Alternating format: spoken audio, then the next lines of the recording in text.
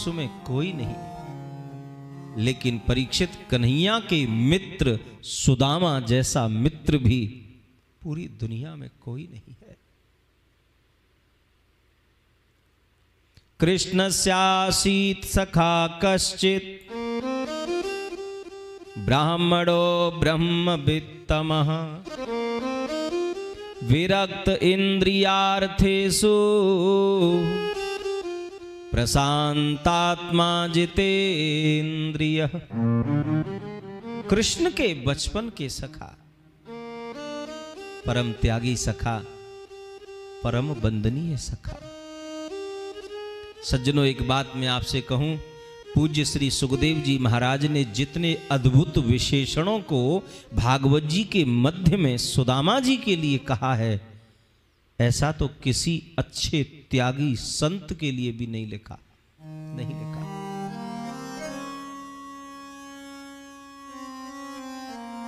कृष्णस्यासीत् सखा कश्चित्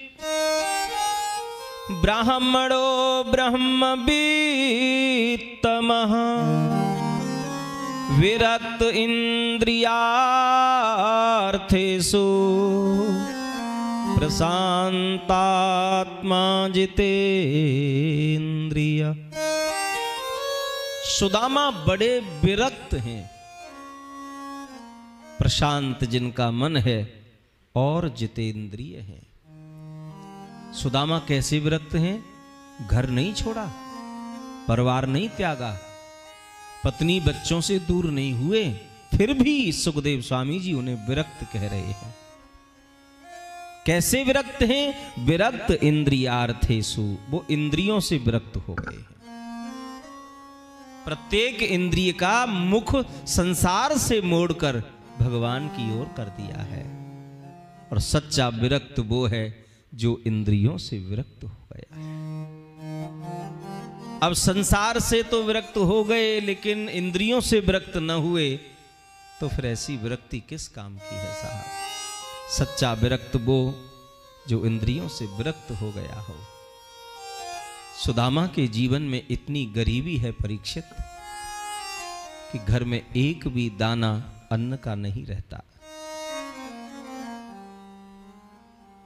सुबह खा लिया तो शाम की कोई व्यवस्था नहीं है, और शाम को खा के सो गए तो सुबह के लिए घर में कुछ नहीं, और उन्हें परवाह भी नहीं,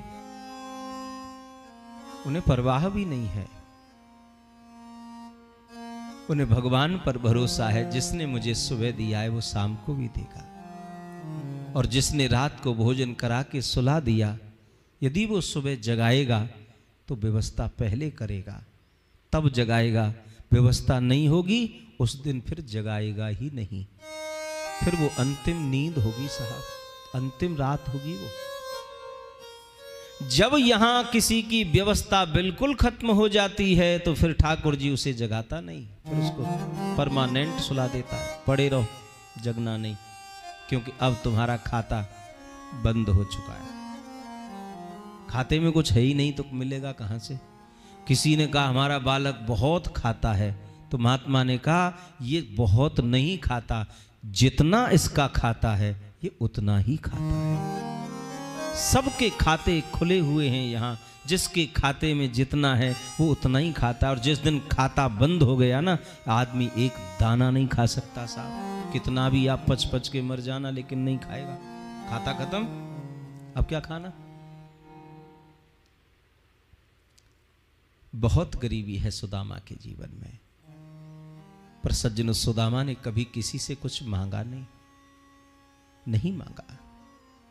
घर में एक मुट्ठी चावल नहीं, एक बिलस्त कपड़ा साबुत नहीं, रसोई घर में महाराज एक बर्तन साबुत नहीं। झोंपड़ी ऐसी बनी है, भगवान सूर्य का 12 घंटे पूरा प्रकाश उनके घर में।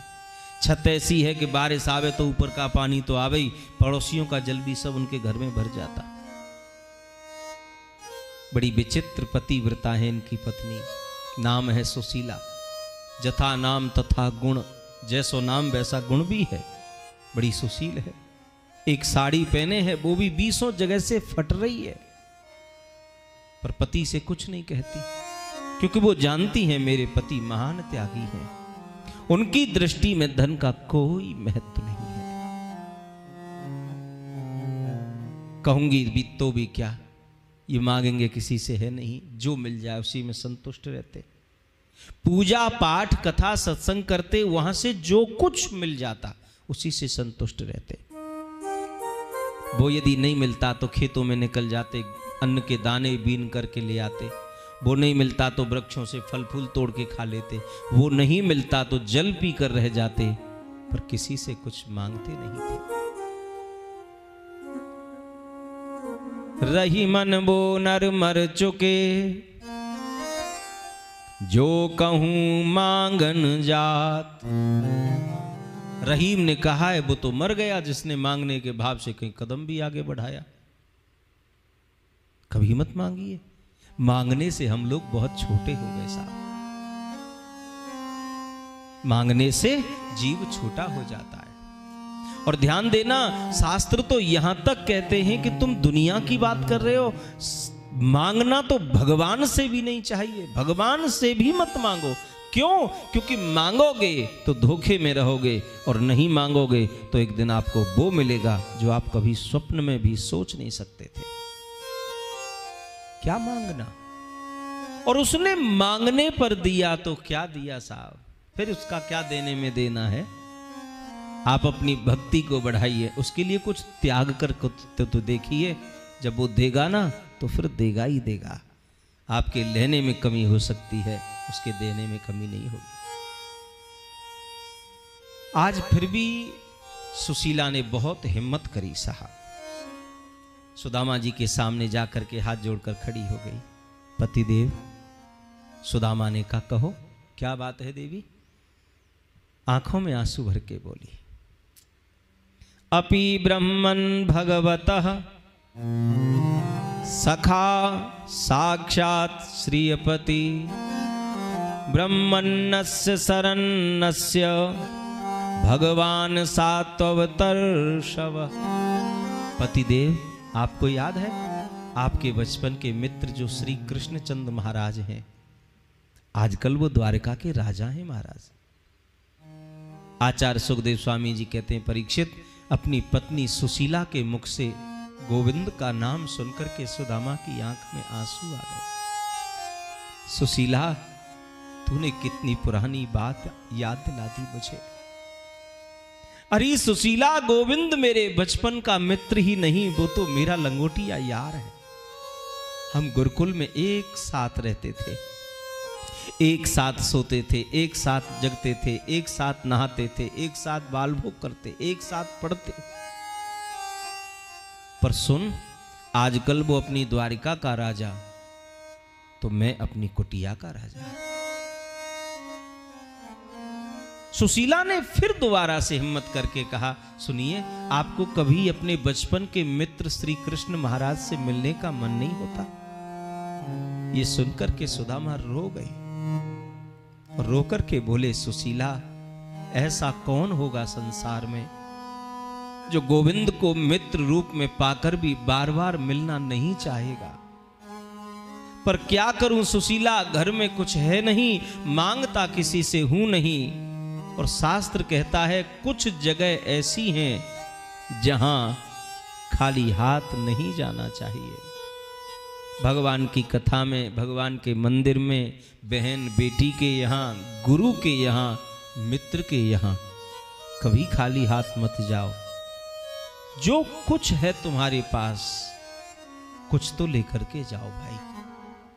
अब बताओ सुशीला, मांगता किसी से हूं नहीं, घर में कुछ है नहीं, तो कैसे जाऊं? सुशीला ने कहा कि आप स्नान बना लो, तब तक मैं कोई व्यवस्था कर दूं। तो सुदामा जी बोले, आज इतना आग्रह क्यों कर रही हो तुम मुझे द्वारका भेजने के लिए? अरे जब भी मुझे कन्हैया से मिलना होता है देवी, तो मैं अपनी आंखें बंद कर लेता हूं, रोज मिल के आता हूं। सुशीला ने कहा, आप अपने मन में कितनी भी बार मिलो, हमें क्या फायदा।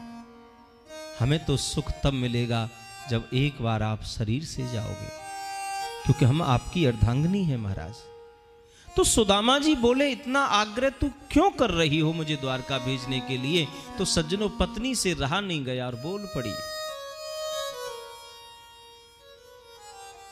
दास्यति द्रविणं भूरि सीदते ते कुटुम्बिने।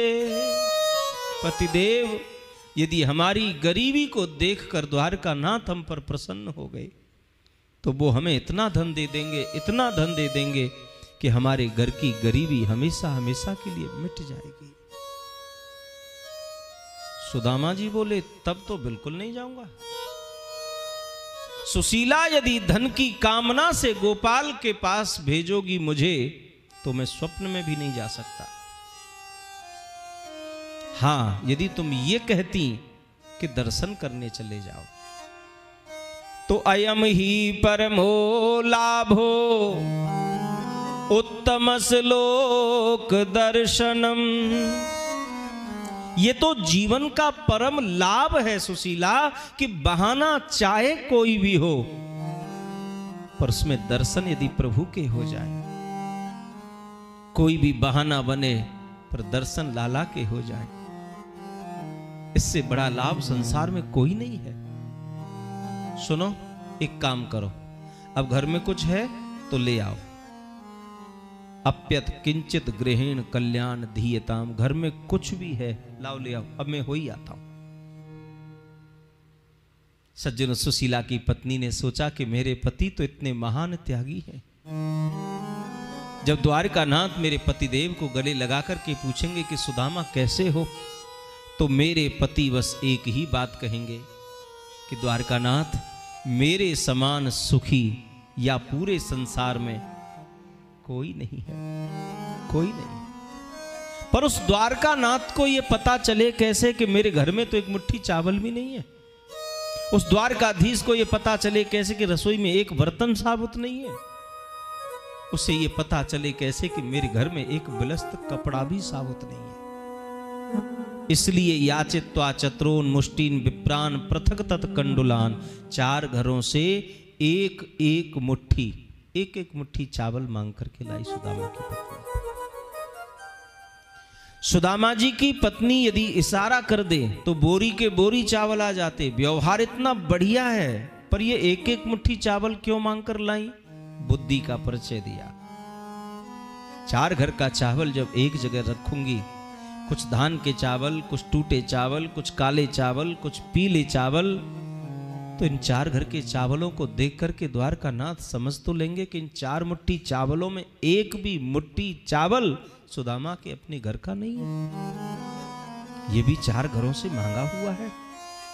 एक फटे से वस्त्र में वो 4 मुट्ठी चावलों को सज्जनों बांध दिया और बांध करके वो पोटली सुदामा जी की ओर करके कहा, पतिदेव ये लीजिए, मेरी ओर से द्वारकानाथ के लिए प्रेम भरी भेंट है। जाते ही दे देना, कहीं रास्ते में खा जाओ। भूख के मामले में ब्राह्मण सबसे कमजोर है महाराज। भूख लगे तो ये कछू भी खा लेगो, और नहावेगो जब तक कछू नहीं खावेगो, नहाते ही फिर या की अग्नि तेज होए महाराज, फिर तो कछू मिल जाए। हैं क्यों मामा? हाँ, सुशीला कह रही है भूख लगे तो कहूं रास्ते में मत खाए जाइयो महाराज चावल ने, जे कन्हैया के काजे कन्हैया ये दीजो जाके। सुदामा जी ने चावल की पोटली ली, अपनी कांख में दबाई और पत्नी से कहा, सुनो मैं तो अब जा रहा हूं, पीछे से खूब प्रभु का भजन करना। जीवन का यही सार है देवी, और यहां कोई किसी का नहीं होता। चल दिए सुदामा जी। जाना है द्वारका, रास्ता मालूम नहीं है, पैदल की यात्रा है। तो जैसे ही ये घर से निकले थे ना, तो संतों की कोई मंडली जा रही थी कहीं कीर्तन करते करते। सुदामा जी उसी मंडली में मिल गए, चल दिए। एक बात जरूर है, साहब पक्का हो गया कि संत मिले हैं तो भगवान अवश्य मिलेंगे, क्योंकि प्रभु से मिलने का जो सबसे पहला साधन है वो सत्संग है। इसलिए रसिक लोग गाते हैं, क्या गाते पता है? हो कान्हा तेरे मिलने का सत्संग ही बहाना है, कान्हा तेरे मिलने का सत्संग ही बहाना है, कान्हा तेरे मिलने का सत्संग ही बहाना है, कान्हा तेरे मिलने का सत्संग ही बहाना है, ओ कान्हा तेरे मिलने का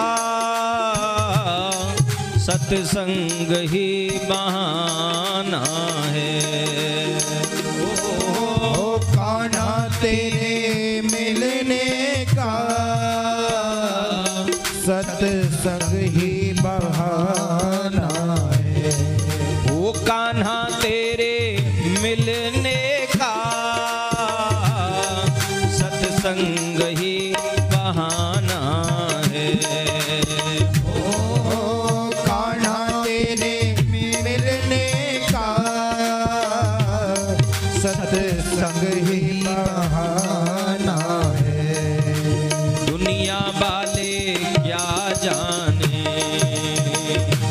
मेरा रिश्ता पुराना है, दुनिया वाले क्या जाने मेरा रिश्ता पुराना है, वो साबरे से मिलने का सत्संग ही बहाना है। जय हो जय हो।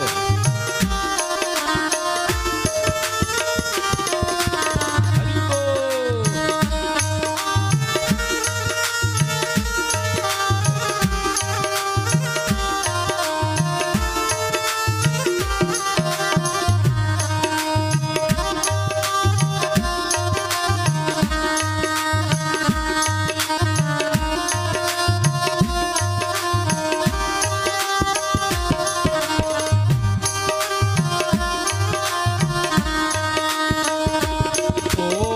गंगा में ढूंढा तुझे,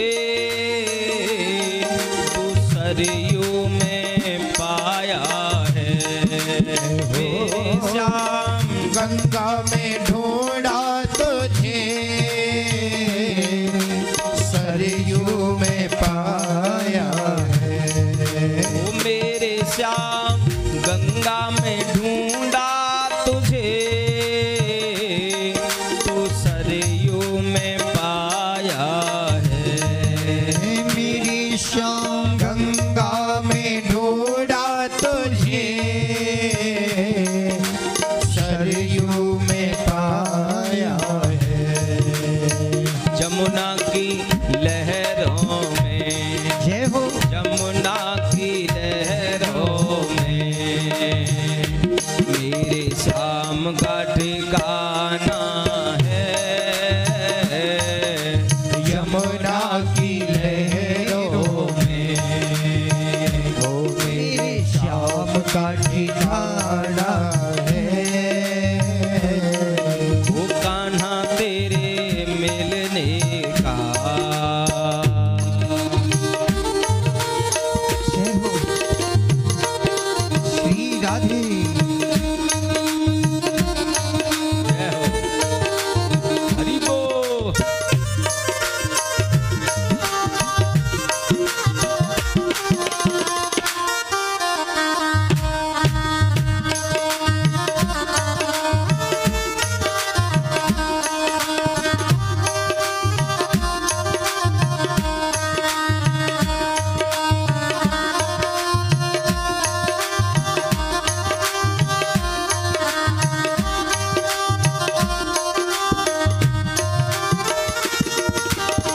चंदा में ढूंढा तुझे,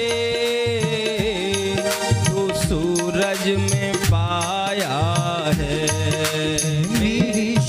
श्याम चंदा में ढूंढा तुझे,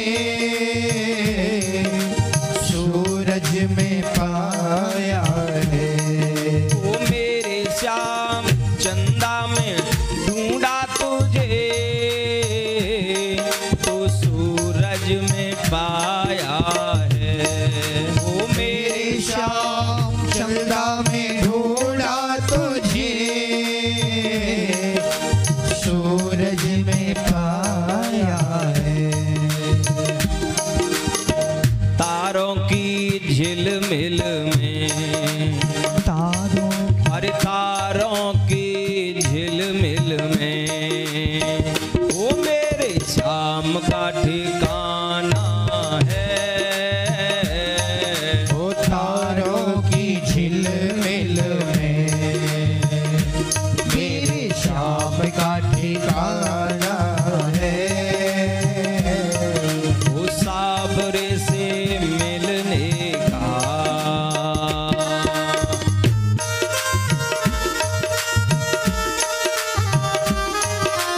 हरि बोल।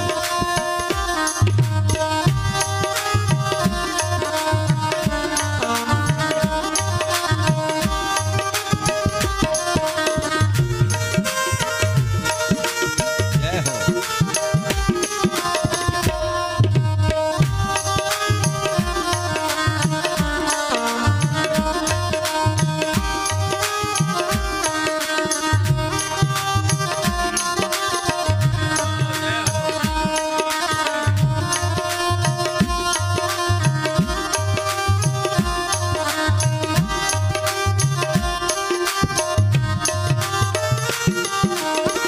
मंदिर में ढूंढा तुझे, तू जंगल में पाया है। मेरे श्याम मंदिर में ढूंढा तुझे, तुझे जंगल में पाया है। मेरे श्याम मंदिर में ढूंढा तुझे, तो जंगल में पाया है। मेरे श्याम मंदिर में ढूंढा तुझे, तू जंगल में पाया है। संतों के हृदय में, हरि भक्तों के हृदय में, वो मेरे श्याम का ठिकाना है। भक्तों के हृदय में, मेरे श्याम का ठिकाना है। वो साबरे से मिलने का सत्संग ही बहाना है। अरे सावरी से मिलने का,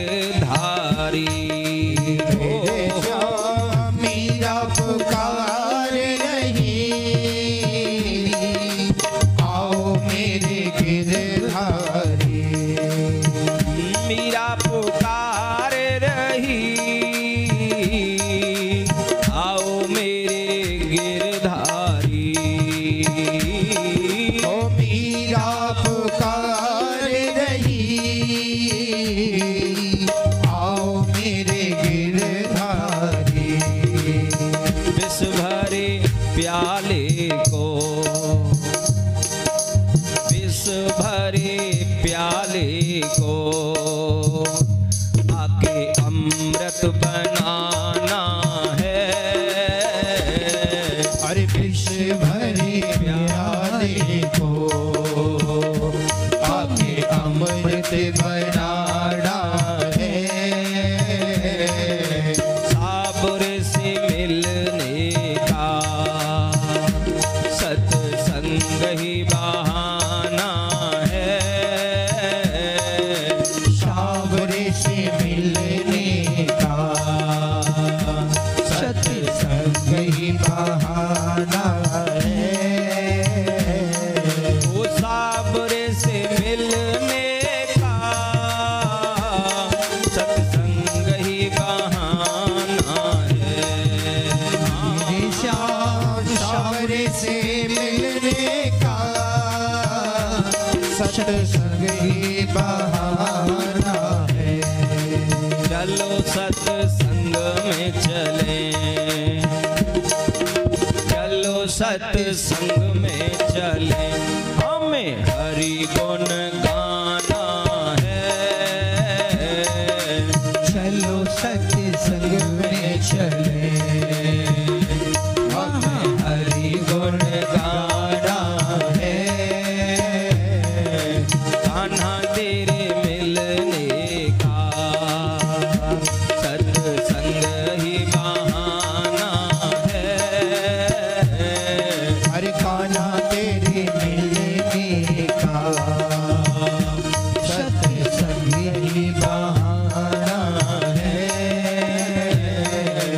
दुनिया वाले क्या जाने मेरा दिल तो दीवाना है। अरे दुनिया वाली क्या जाने मेरा दिल तो दीवाना है। साबुरे से मिलने का सत्संग ही बहाना।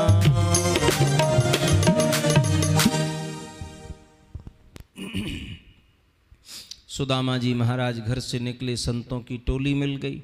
जाना था द्वारका, रास्ता मालूम नहीं, साधु जिधर गए उधर कोई चल पड़े। आगे चल के पता चला कि ये द्वारका नहीं जा रही, ये तो महात्मा कहीं दूसरी जगह जा रहे। बेचारे वहां से फिर लौटे। महीनों हो गए चलते चलते। भूख लगती है, प्यास लगती है, भूख लगने लगी, प्यास लगने लगी, लेकिन निकट भविष्य में जो गोविंद के दर्शन का आनंद मिलने वाला है, उस आगामी आनंद की खुशी में सुदामा जी सब भूल गए। जाना है द्वारिका, महीने हो गए चलते चलते। एक बहुत विशाल नदी रास्ते में आ गई साहब। अब नदी को पार कैसे करें? फूटा सा लोटा, उधरी सी रस्सी, टूटी सी छड़ी, एक एक हड्डी शरीर की चमक रही है, ऐसा उनका शरीर है। एक धोती पहने, वो भी 20 जगह से फटी। रास्ते में विशाल नदी आ गई। अब नदी को पार कैसे करें? तैरना आता नहीं है, केवट वहां कोई है नहीं, और केवट कोई आ भी जाए तो क्या, पैसे पास में नहीं है। सुदामा जी नदी के किनारे बैठ गए और कहने लगे, द्वारिकानाथ में तो तेरे दर्शन को आ रहा था भैया, अब कहा करूं, ये रास्ता में नदी आई गई, अब तैरबो मुँह पे आवे ना आए, केवट यहाँ कोई हैवी ना आए, और भैया केवट कोई आ भी जाए तो क्या फायदा, मेरे पास पैसा नहीं है, लगता है मुझे तुम्हारे दर्शन नहीं होंगे। तो सज्जनों, इतनी देर में, अभी तक तो वहां कोई नहीं था, पर इतनी देर में वहां किसी केवट ने आवाज लगा दी, अरे भाई कोई उस पार जाने वाला है। सुदामा ने कहा, भैया जाएंगे तो सही, हम जाएंगे, पर क्या तुम हमें पार लगा दोगे? केवट ने कहा, हाँ हाँ आइए बिराजिए। सुदामा जी बोले, भाई पहले ही सोच लो, पहले बात कर लो, हमारे पास पैसा नहीं है, बाद में कहीं तुम झगड़ा करो। केवट ने कहा, कोई बात नहीं पंडित जी, मैं सुबह से लेकर शाम तक पैसे वालों को ही पार करता हूं, एक आध सवारी बिना पैसा के भी उतार देनी चाहिए, क्या फर्क पड़ता है, आइए बैठिए, मैं आपको बिना पैसा के पार करूंगा। ध्यान देना, पूज्य सुदामा जी नौका में बैठ गए। केवट बार बार सुदामा पर नजर डाल रहा है। केवट बार बार सुदामा को देख रहा है और केवट से रहा नहीं गया, पूछ लिया, पंडित जी बुरा नहीं मानो तो हम आपसे एक बात पूछें। हाँ हाँ पूछो, कहां जा रहे हैं आप, कहां जा रहे हैं? सुदामा ने कहा हम, हाँ आप। अरे बोले भैया वो जो श्री कृष्णचंद्र महाराज है ना, आजकल जो द्वारका के राजा बन गए, वो मेरे बचपन के लंगोटिया यार हैं, वो मेरे मित्र हैं। सो आज मैं उनके दर्शन करने के लिए ना मैं द्वारका जा रहा हूं, द्वारका। केवट ने कहा आपके मित्र द्वारकाधीश? रिंदेव महाराज तन पहनाए लत्ता और चल दिए कलकत्ता। केवट ने कहा तुम क्या जानो? ये सुदामा ने कहा केवट तुम क्या जानो भाई, तुम अभी मेरे लाला के बारे में कुछ नहीं जानते। केवट सुनो, मेरो कन्हैया वस्त्र नहीं देखे, मेरा कन्हैया श्रृंगार नहीं देखे, अलंकार नहीं देखे, वो तो बस ये देखे कि तुम्हारा मन कैसा है, तुम्हारा भाव कैसा है। केवट ने कहा वाह, पूरी दुनिया बदल गई पर मेरा सुदामा आज तक नहीं बदला। अरे सज्जनों, ये केवट भी कोई और नहीं है, अपने बचपन के मित्र सुदामा को नदी पार करने के लिए वही द्वारकानाथ केवट का रूप लेकर के यहां प्रकट हुआ है। ठाकुर जी का एक नया अवतार हुआ, ये केवट अवतार। बोलिए केवट भगवान की। भगवान यहां केवट का रूप लेके प्रकट हुए। अपने मित्र को नदी पार कर दिया, पार करके केवट जल्दी जल्दी से जाने लगे। तो सुदामा ने कहा जय श्री कृष्ण भैया रुको, केवट भाई ये तो बताते जाओ अभी यहां से द्वारका दूर कितनी और है? केवट ने कहा पंडित जी वैसे ज्यादा दूर तो नहीं है, पर आपको देखकर मुझे ऐसा प्रतीत हो रहा है कि द्वारका तक पहुंचने में अभी आपको 2 महीने लग जाएंगे महाराज। क्या कहा? 2 महीने और लग जाएंगे? ये सुनकर के सुदामा रो पड़े। बारे गोपाल, अरे लाला मुझे तुमसे बेटा नहीं चाहिए, मुझे तुमसे बेटी नहीं चाहिए। धन वैभव ऐश्वर्य संपत्ति की कोई कामना लेकर के नहीं आ रहा था मैं तो तेरे दर्शन के लिए आ रहा था। लाला अब तू इतनी दूर जाके बैठा है कि अभी तुम तक पहुंचने में हमें 2 महीने और लगेंगे। अरे तुम्हारी 1000 बार गर्ज पड़े तो बुलाना, नहीं तो हम तो यहीं सो जाते हैं। सज्जनों, जो कभी किसी से कुछ नहीं मांगता उसमें आत्मबल बहुत होता है, बहुत होता है। सुदामा जी नदी के किनारे सो गए, तान दुपट्टा वहीं सो गए।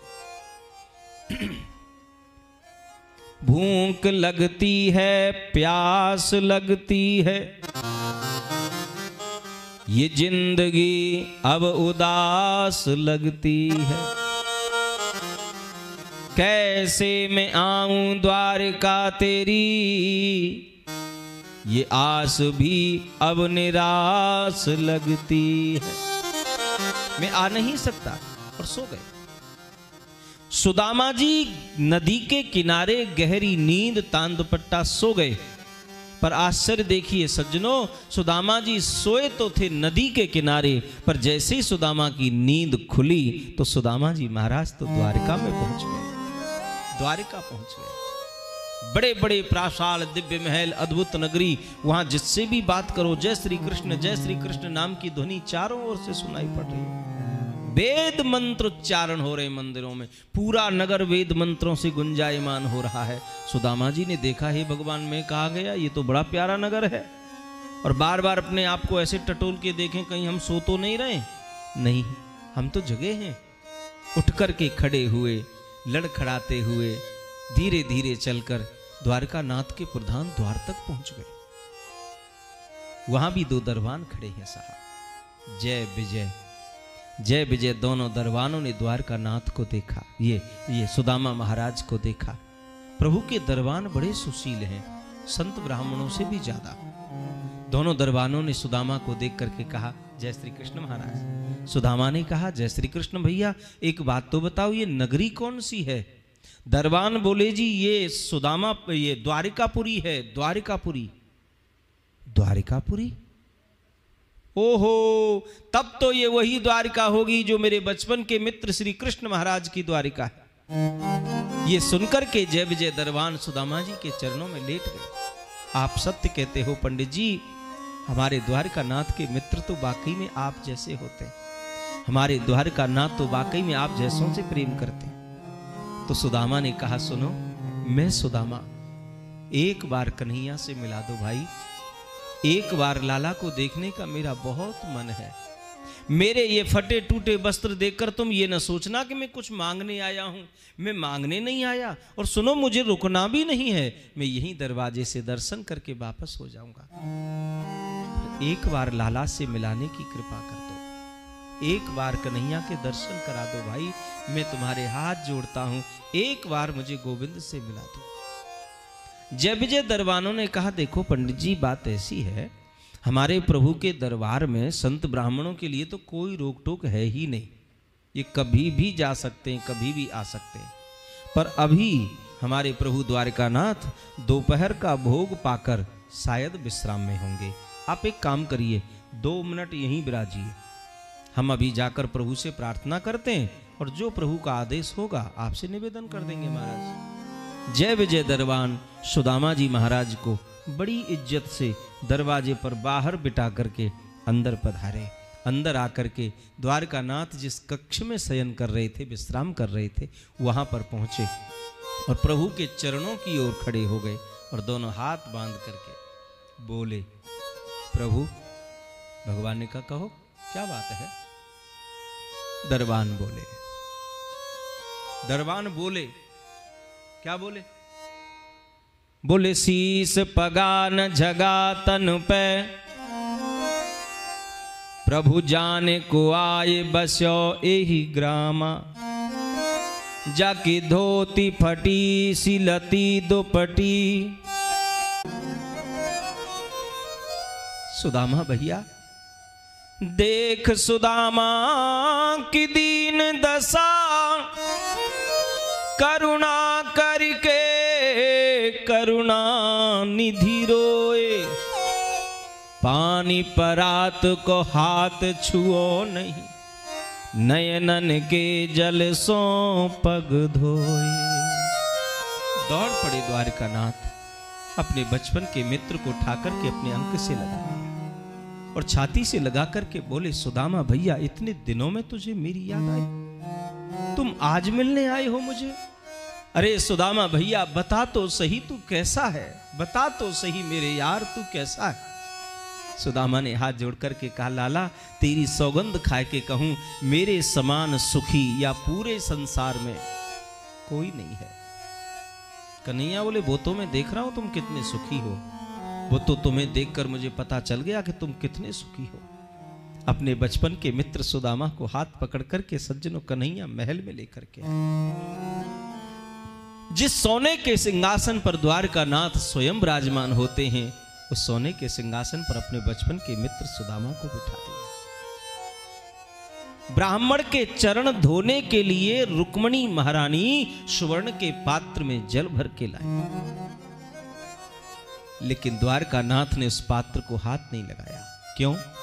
क्योंकि द्वारकाधीश के नेत्रों में आज इतने आंसू बह रहे हैं, भगवान के नेत्रों से आंसुओं की धार बह रही है और बहने वाले उन आंसुओं से द्वारकानाथ प्रभु ने अपने बचपन के मित्र सुदामा के चरणों को धो दिया। पानी परात को हाथ छुओ नहीं, नयनन के जल सो पग धोए।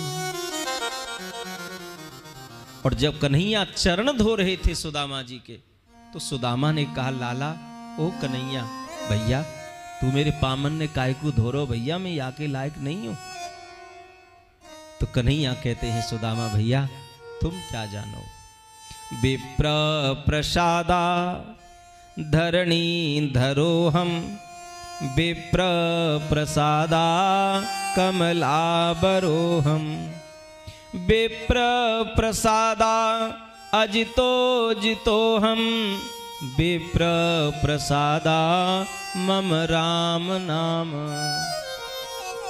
मैं आज जो भी कुछ हूं सुदामा भैया, आप जैसे ब्राह्मणों की कृपा से ही तो हूं। लक्ष्मी का नाथ, त्रिलोकपति, द्वारिकाधीश, आज जो भी मेरे पास है आप जैसे ब्राह्मणों की कृपा से है। आज मुझे चरण धोने से कोई नहीं रोक सकता। चरण धोए, चरणामृत लिया और वो सुदामा जी का चरणामृत पूरी द्वारका में छींटा। पूरी द्वारका। तेरे आगमन से सुदामा भैया मेरी द्वारका नगरी पवित्र हो गई। तेरे आगमन से सुदामा भैया मेरा कुल पवित्र हो गया। जिनके गृह पावन भये कोई संत पधारे आए, वह घर पवित्र हो जाता है, वह भूमि धन्य हो जाती है जहां कोई संत महापुरुष का चरण पड़ जाए। सुदामा भैया तेरे आगमन से मेरा कुल पवित्र हो गया, मेरी पूरी नगरी धन्य हो गई। भगवान की समस्त पत्नी सामने आकर के खड़ी हो गई, दर्शन कर रही है। भगवान ने कहा खड़ी खड़ी देख क्या रही हो, प्रणाम कर लो, पंडित जी हैं, आशीर्वाद ले लो। तो एक एक पत्नी भगवान की प्रणाम करने आती और सुदामा जी सबको हाथ उठा करके आशीष देते, चिर सौभाग्यवती रहो। जी मेरा नाम रुक्मणी है महाराज, प्रणाम करती हूँ। सुदामा कहते देवी चिर सौभाग्यवती रहो। जी मेरा नाम सत्यभामा, प्रणाम करती हूँ महाराज। देवी चिर सौभाग्यवती रहो। जी मेरा नाम जामुवती, प्रणाम करती हूँ महाराज।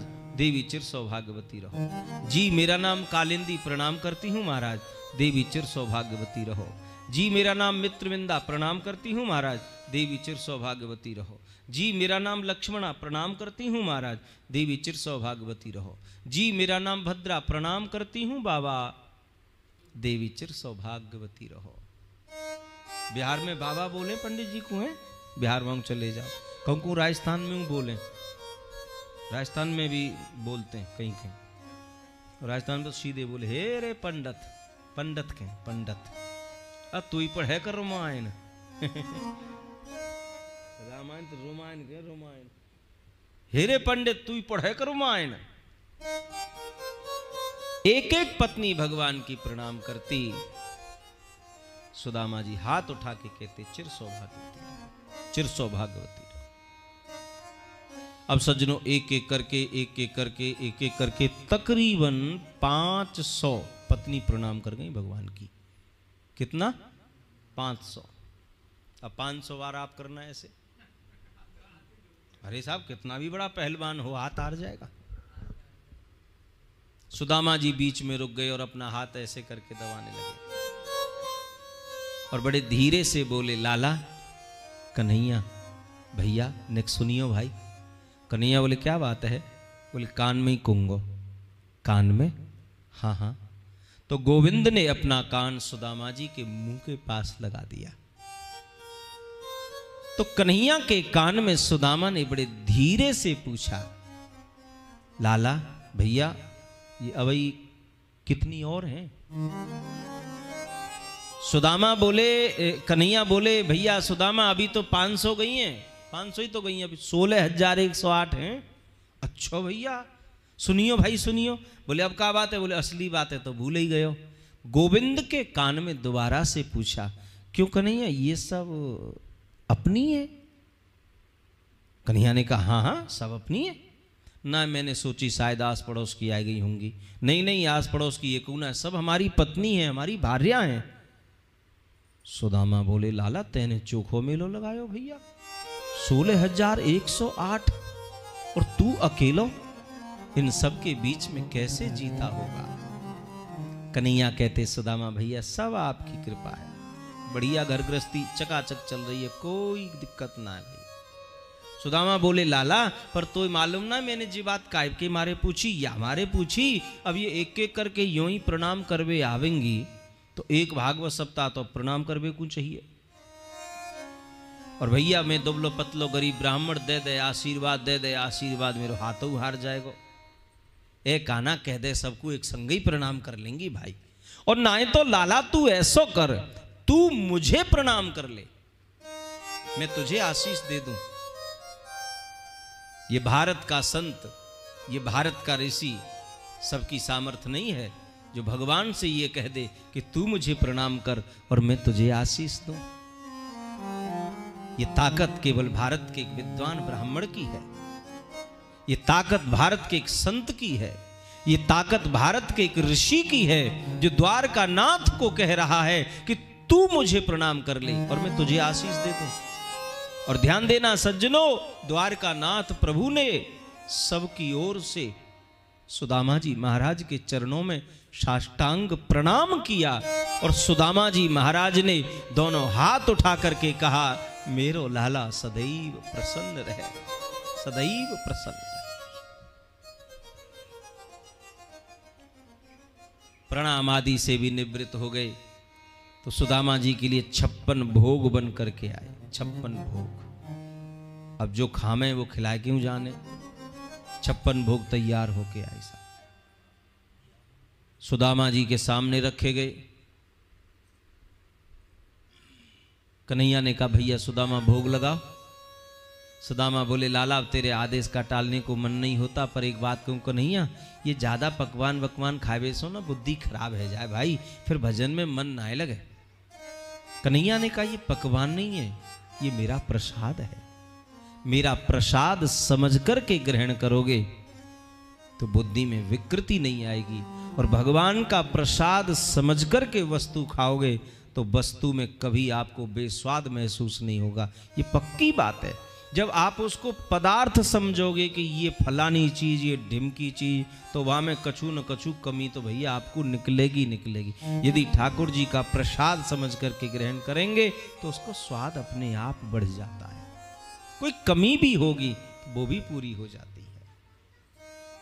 तो सुदामा बोले, फिर तो एक काम कर नहीं, ऐसी बात है तो आजा फिर एक संग ही भोजन करेंगे। हा हा हा, बचपन के मित्र दोनों एक साथ एक थाली में भोजन करने बैठे, बचपन की याद ताजा करते हैं, मुस्कुराने लग जाते हैं। पुरानी बातों को याद कर कर के सज्जनों, बचपन के मित्र जब बहुत दिनों बाद कोई मिलते हैं तो साहब आंखें प्रेम के आंसुओं से भर जाती हैं। भोजन आदि से भी निवृत्त हुए तो कन्हैया ने कहा, सुदामा भैया एक बात पूछें? पूछो। अपि ब्रह्मन गुरुकुलात् भवता लब्ध दक्षिणात् समावृत्तेन धर्मज्ञ भार्योडा सदृशी नवा। आप बचपन में बड़े त्यागी थे महाराज, शादी विवाह की बात आपको बिल्कुल अच्छी नहीं लगती थी।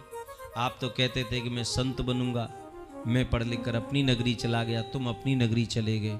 भार्योडा सदृशी नवा, आपको आप जैसी सुंदर पत्नी मिली कि नहीं? सुदामा जी बोले, देख ले कन्हैया, तेने कैसी बात पूछी है भरी भीड़ में भैया। अरे शादी विवाह की बात कोई भीड़ में करते? कन्हैया बोले, सब घर के ही लोग तो हैं, और का पूछो, जई तो पूछो तुम्हारा ब्याह भयो कि ना है।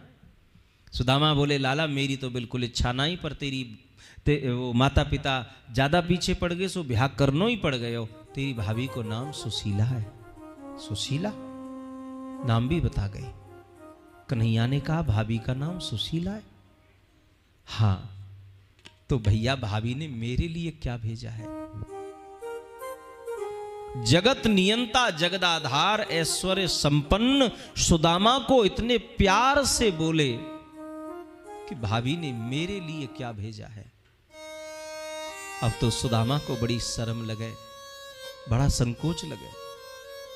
सुदामा सोचने लगे कि मेरो कन्हैया तो परम कृपालु परम दयालु है, वो तो सब जाने अंतर्यामी है, पर इनकी पत्नी तो बड़े बड़े राजघरानों की बेटी है।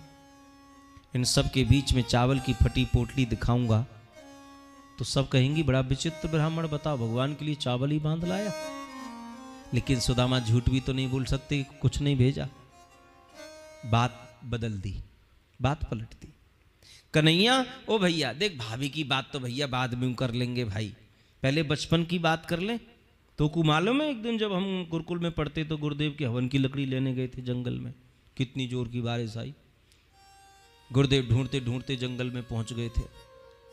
इधर गुरु माता ने संकल्प ले लिया, जब तक कृष्ण सुदामा नहीं मिल जाते मैं अन्न जल ग्रहण नहीं करूंगी। कभी कभी सोचता हूं गोपाल, हम वापस से विद्यार्थी हो जाएं, वापस गुरुकुल में चले जाएं। कितना प्यार, कितना दुलार हम लोगों को माताजी से प्राप्त हुआ है ना। कन्हैया बोले वो तो सब ठीक है, पर ये बताओ भाभी ने क्या भेजा है।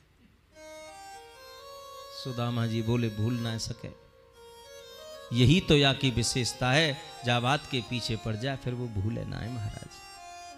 पर कन्हैया भी समझ गए कि इस ब्राह्मण में संकोच है, पर मेरे सामने काहे का संकोच।